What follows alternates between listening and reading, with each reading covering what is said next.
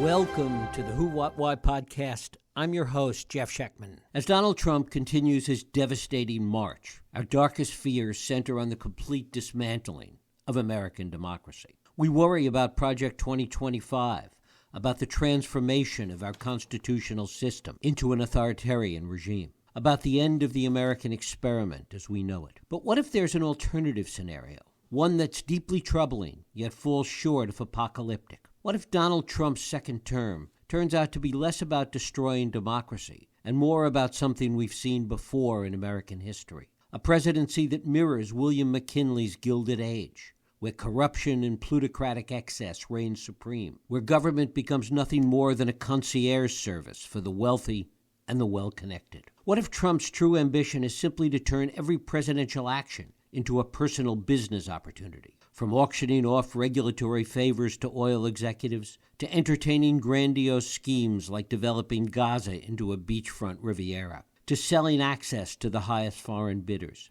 And what if his imperial fantasies, annexing Canada, reclaiming the Panama Canal, renaming the Gulf of Mexico, are less about authoritarian control and more about the kind of imperial overreach that marked McKinley's transformation of America from a territorial power to a global empire?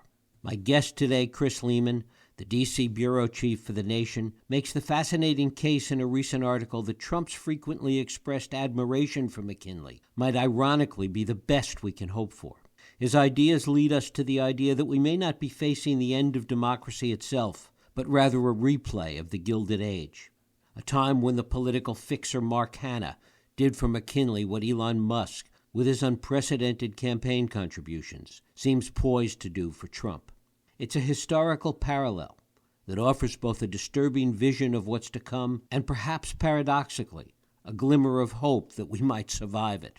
Chris Lehman is the D.C. bureau chief for The Nation and a contributing editor at The Baffler. He was formerly editor at The Baffler and The New Republic and is the author most recently of The Money Cult: Capitalism, Christianity, and the Unmaking of the American Dream. It is my pleasure to welcome Chris Lehman here to the Who, What, Why podcast. Chris, thanks so much for joining us. Thank you, Jeff. I very much appreciate the opportunity to discuss these issues at greater length, just because the times we're living in are so deranging and it's hard to know how to begin to make sense of them.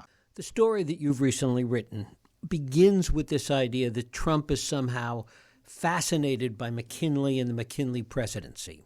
The McKinley fascination on Trump's part goes back a ways, and there's actually it's more deeply rooted in the modern Republican Party as well. Karl Rove was a big Mark Hanna fan. He wrote his graduate thesis on Mark Hanna and overtly adopted him as a role model. And so as ever with confronting the insanity of the Trump phenomenon, it's important to understand that Donald Trump didn't come out of nowhere. He came out of a deeply rooted set of conservative movement forces that built until the party was ripe for takeover by a kind of amoral plutocrat, and was also ripe, both, as you noted in your introduction, for this sort of great barbecue of donors dictating policy overtly. That is also something that goes back in the party to things like the K Street Project, which was also a Bush-era congressional initiative to try to ensure that all lobbying interests in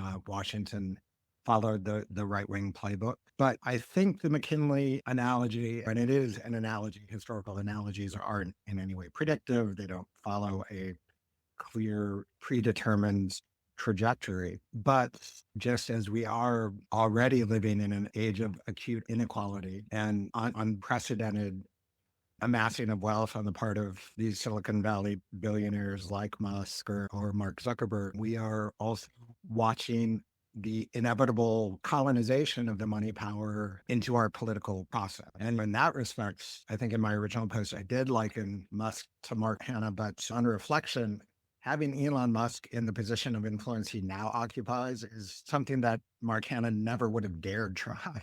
I think the more apt analogy would be like appointing John D. Rockefeller or J.P. Morgan to be Chief Justice of the Supreme Court.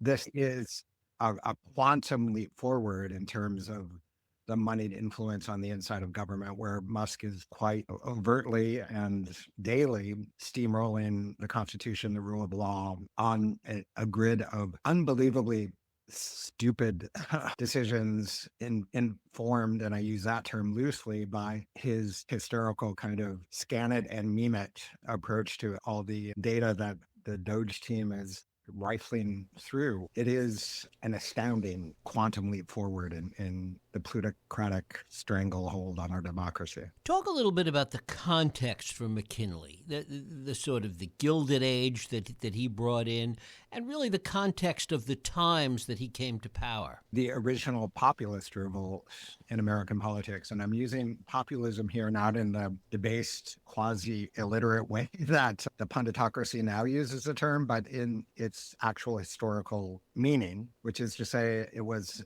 an uprising chiefly of farmers, but also some urban workers toward the end of the 19th century who had been displaced in large part by the 1893 panic. They didn't call them depressions back then, but it was a full-scale depression with massive unemployment and the collapse of agricultural markets. And like everything else, it also had deeper structural roots of the 1893 panic, had to do with the rise of this then unprecedented class of Gilded Age monopolists, people like John D. Rockefeller in the oil industry and J.P. Morgan in finance, Leland Stanford, whose name now graces a famous university in Silicon Valley, is another one.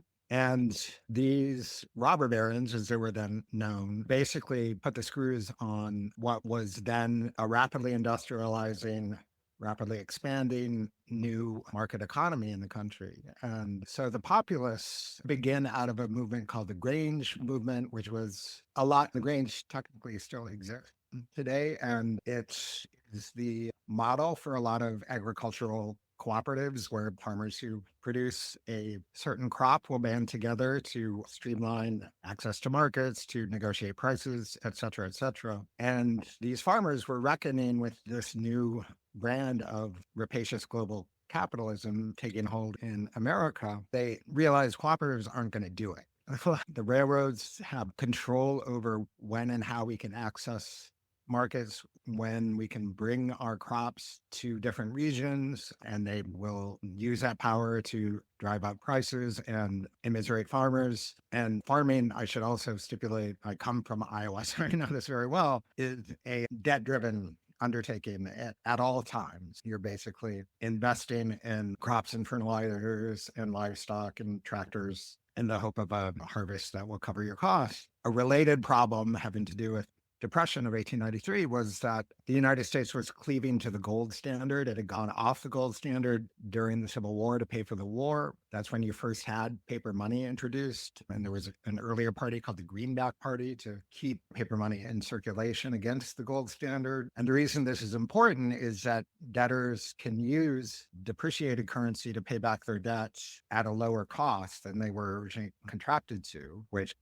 is a way of basically breaking even, first of all, and also of making sure that you aren't preyed upon by these bankers and capitalists who are enthralled to the gold standard. Come 1896, the populists had grown to the point they won, after the panic, they won a significant slate of seats in the House of Representatives and some Senate seats. And in 1896, they managed to capture the nomination for president in a movement to fuse with the Democratic Party. And so William Jennings Bryan, the great orator of the Gilded Age, at that point was in his early 30s and a relatively unknown congressman from Nebraska, gets nominated to run for president. And on the Republican side, William McKinley is the answer to all of that.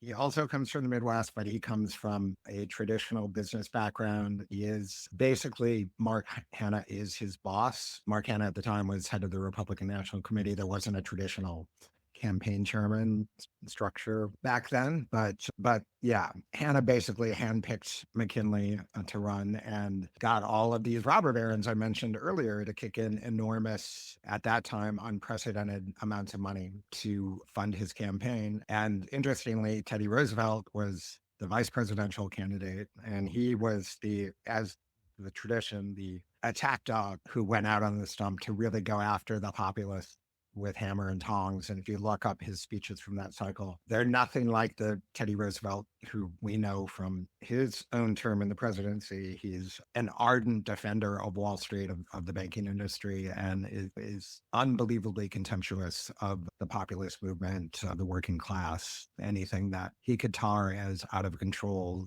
radicalism or communism or what have you. If we pan back to the Trump McKinley fascination today, what's incredibly striking, and this is why I desperately wish we had a national press that knew something about the country's own history, because William McKinley was the standard bearer for beating down the populist movement, and we now stupidly call Donald Trump a populist. That it's hard to describe how completely wrong-headed that description is. Trump obviously has no interest in representing the economic concerns of average working Americans. He did nothing in that vein during his first term. He will continue to not do anything in that vein during his second term. He only gets called a populist because there is this uninformed and ignorant caricature of populism that has been in American discourse since Richard Hofstadter's revisionist effort to depict all populists as bigots and imperialists, which is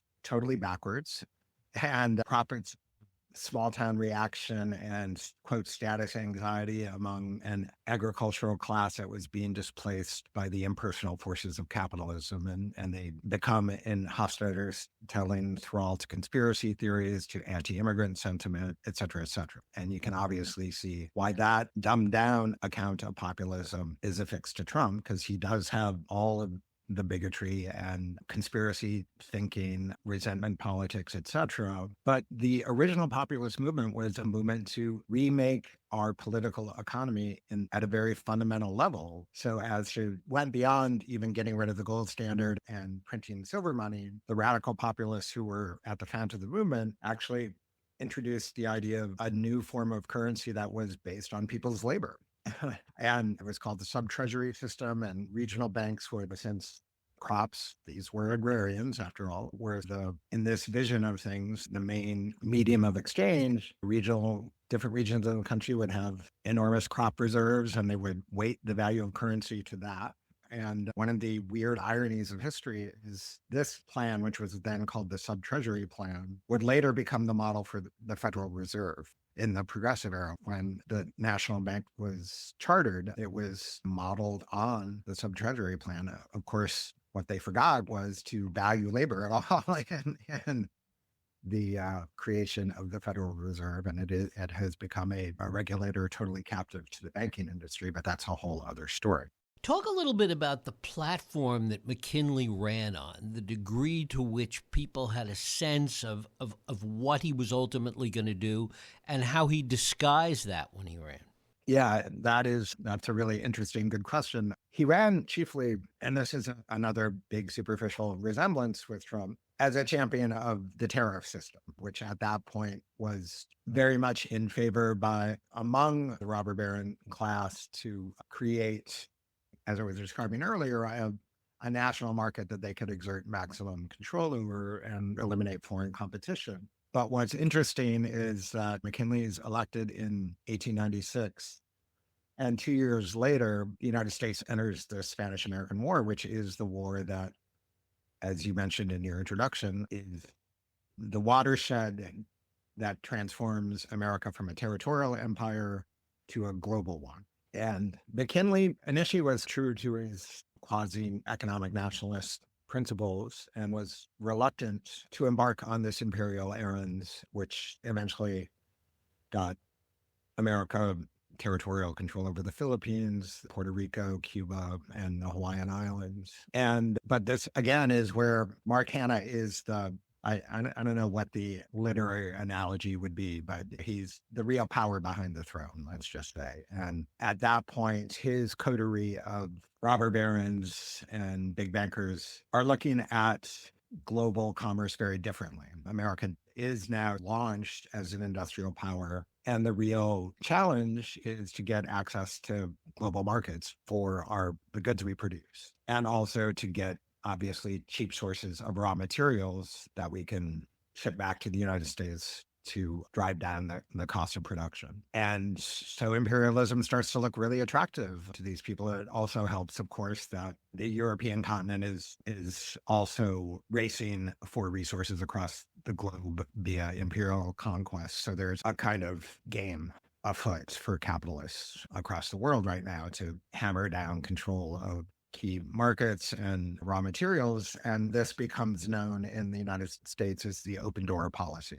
And like all imperial projects, it's dressed up in a lot of, and frankly, offensive democratizing rhetoric that this is the white man's burden. We're bringing a civilizing mission to these populations who are living in darkness and under the heel of other imperial powers. As the name suggests, the Spanish-American War involved territories that were under Spanish control. And so we also added this strain of New World democracy, like that we're going to create little Americas and free oppressed populations who are under the heel of the Spanish boot. And the history in pretty much all of these places is simply that America takes over the same role the Spaniards play and use their territorial control over these countries and territories to extract maximum economic value. Is there anything that we learn from the way the McKinley regime played out, the way tariffs played out, the way the Gilded Age played out, that can give us insight into dealing with Trump's version of viewing McKinley? It's hard to say. As I was saying earlier, history doesn't repeat itself. It rhymes. It's neat. And an analogy that's perfect to our time. There are unintended consequences. Certainly, chief among them is McKinley is assassinated shortly after he's reelected in 1901, and Teddy Roosevelt becomes president. And against the TR that I was describing as Wayne McKinley's attack dog, he becomes a leading figure in the progressive movement and starts talking about the need to regulate these massive fortunes and these malefactors of great wealth, as he called them. So you have the first sort of antitrust act enforcement. The Sherman Antitrust Act was passed before TR becomes president, but he's the person who puts real teeth into it. And unfortunately, as I think we all know, TR remained a very ardent and destructive and childish and apostle of imperial conquest. So that certainly didn't change. And I think when you look at the kind of baby simple terms that Donald Trump views the world on, it is the imperial conquest side of the McKinley project that he wants to pick up on. You mentioned all of the insane proposals. I think you left out Greenland, though, which is another one. This is, I'm sure Trump takes it very seriously and thinks of it as his task in his second term is to create a legacy. And I'm sure he thinks if I could only do what Bill McKinley did and add to the American empire and make American commerce again a globe bestriding force of, I don't know, jingoism.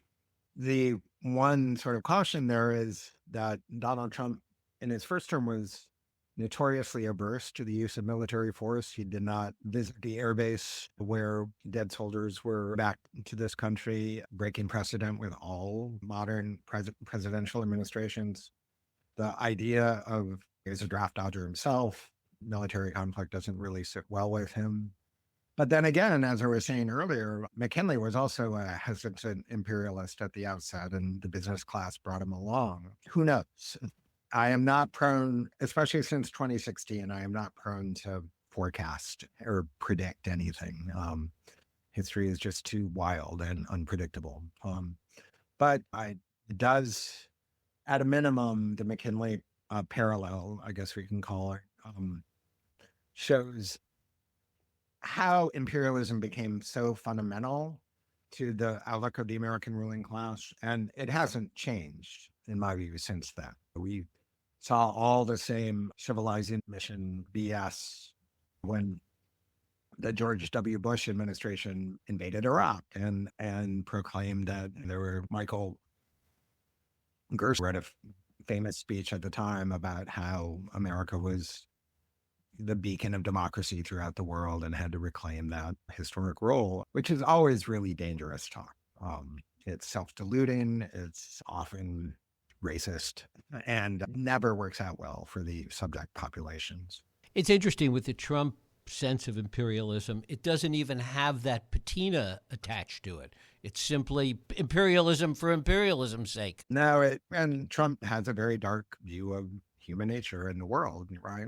I remember during the 2016 campaign, he said things like the world's just a bloody, dangerous place, and we have to own up to the role we're going to play. Which it's a weird double-edged sword, because at one level, that rhetoric cuts against the traditional American exceptionalism that, as I was saying earlier, is the condiment for the imperial project. But it also can readily descend into a Hobbesian war of all against all. Chris Lehman, I thank you so very much for spending time with us. Thanks again, Jeff. I really appreciate you taking the time. And thank you for listening and joining us here on the Who, What, Why podcast. I hope you join us next week for another Who, What, Why podcast. I'm Jeff Sheckman. If you like this podcast, please feel free to share and help others find it by rating and reviewing it on iTunes. You can also support this podcast and all the work we do by going to whowhatwhy.org/donate.